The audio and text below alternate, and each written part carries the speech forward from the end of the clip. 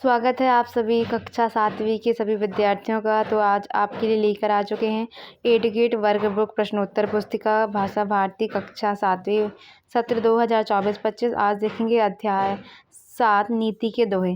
अध्याय 6 तक हम अपने पहले की वीडियोस में बता चुके हैं इनके आंसर। अगर आपने वो वीडियोस नहीं देखी हैं तो हमारे चैनल के माध्यम से जाके देख सकते हैं।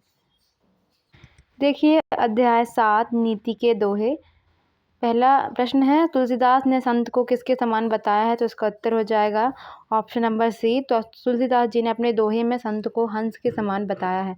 दूसरा देखिए, आग शब्द का तत्सम रूप क्या होगा? तो आग शब्द का तत्सम रूप होगा ऑप्शन नंबर बी, अग्नि। फिर है, तरुवर फल नहीं खात है, सरवर पियहि न पान, पंक्ति में कवि कौन है? तो ये जो पेड़ है अपने फल स्वयं नहीं खाता और सरोवर अपना पानी स्वयं नहीं पीता, ये पंक्ति है किसकी? रहीम की, ऑप्शन नंबर बी। फिर है प्रश्न क्रमांक 4, बिना डुलाए न मिले जो पंखा की पौन के माध्यम से कवि क्या प्रेरणा दे रहा है? तो बिना पंखा के हिलाए हवा भी नहीं मिलती, मतलब परिश्रम आवश्यक है। तो ऑप्शन नंबर बी, परिश्रम की। फिर है 5वां, यदि हमें चने की फसल बोनी हो तो उसके लिए कौन सी मिट्टी चाहिए? तो हमको चाहिए ऑप्शन नंबर डी, ढेलेदार मिट्टी। फिर है, नीचे दिए गए शब्दों में से चुनकर आपको रिक्त स्थान भरना है। तो पहला, कवि के अनुसार कौन सा पेड़ बोने से आम नहीं मिलता? तो बबूल का पेड़ बोने से आम नहीं मिलता। तुलसीदास के अनुसार यदि शरीर खेत तो पाप पुण्य कौन है? तो पाप पुण्य उस खेत के बीज हैं। ठीक है। अब प्रश्न क्रमांक 8वां, मनुष्य को ना अधिक बोलना चाहिए और ना ही अधिक चुप रहना चाहिए। मात्रा या वर्ण के आधार पर की गई रचना को हम कहते हैं छंद। उसके बाद वर्षा शब्द का तत्सम रूप क्या हो गया? वर्षा।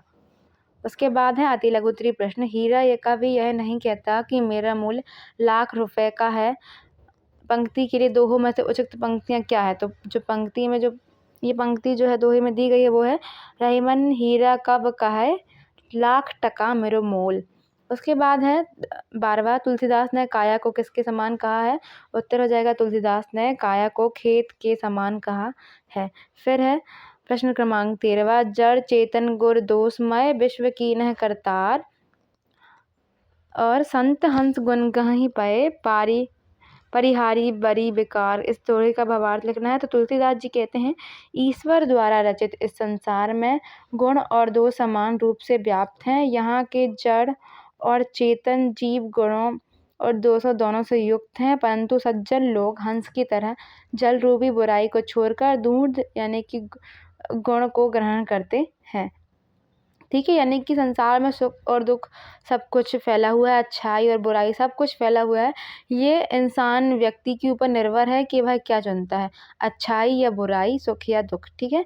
14वां देखिए, पाठ के अनुसार कौन सा पेड़ कटने पर भी अपनी सुगंध नहीं छोड़ता? तो उत्तर हो जाएगा, तो चंदन का पेड़ कटने पर भी अपनी सुगंध नहीं छोड़ता है। 15वां देख लीजिए, कबीरदास ने बुराई करने वालों के लिए क्या कहा है?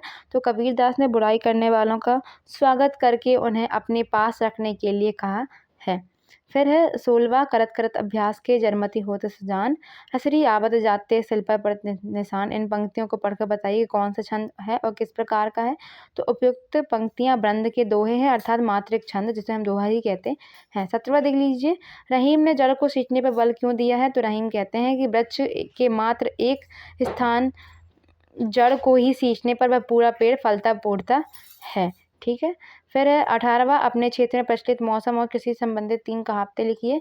तो दुखी मारी निकारे लाठी, दूसरा आद्रा वर्षे पुनर्वर्षाय सुजाय, पूर्ण वर्ष सुजाय, दीन अन्न को न खाए।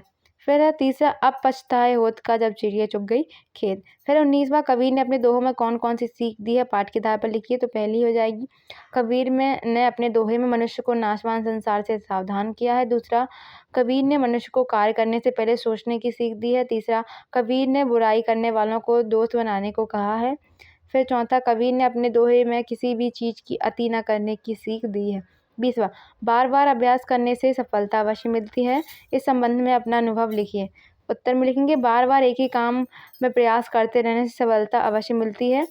मुझसे यहाँ पे अपने अनुभव से संबंधित एक कहानी लिखना है या कहना चाहिए ऐसी कोई घटना जो आपके साथ घटित हुई हो, तो यहाँ पे लिखना। तो आप लिख सकते हैं, मुझसे साइकिल चलाते नहीं बनती थी, बार बार सीखा, कई बार गिरा व चोटें खाई, पर हार नहीं मानी, दोबारा फिर सीखने लगा, रोज़ रोज़ प्रयास करते रहने से अब मुझसे साइकिल चलाने बनने लगती है। अब मैं नहीं गिरता और बहुत अच्छी साइकिल चलाता हूँ। इससे क्या सिद्ध होता है कि बार बार एक ही काम में प्रयास करते रहने से सफलता अवश्य मिलती है।